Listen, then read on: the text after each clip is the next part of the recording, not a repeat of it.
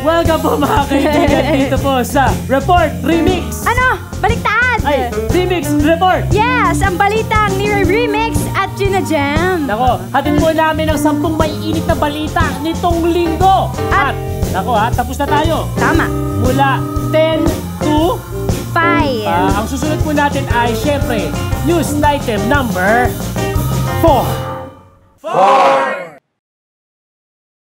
Number 4 sa pinakamainit na balita nitong linggo. Anti-EPAL Bill.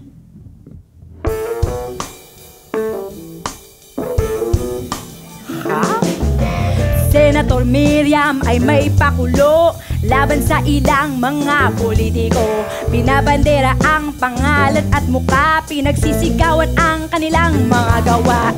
Act prohibiting public officers from claiming credit through signage announcing public works project. Isa-isa nila itong ita-target, mga politikong mahilig mag-project.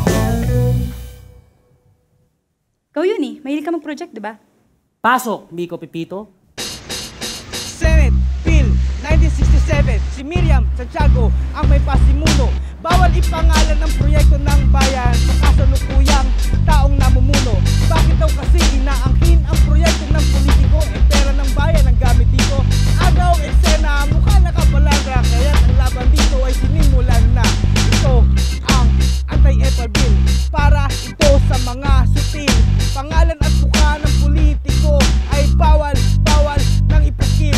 Sagot ng apektado ayos lang ito, para daw, para malaman ng publiko na ginagawa nila ang kanilang mga trabaho at kung ano pang mga servisyo. Hindi naman daw kailangan iyabang. Yan ang sagot ni Senator Miriam, kasi kasama daw ito sa mga tungkulin proyekto ng bayan, huwag nilang akuin. Ito ang anti-EPAL Bill, para ito sa mga sutil. Pangalan at mukha ng politiko ay bawal nang ipakil.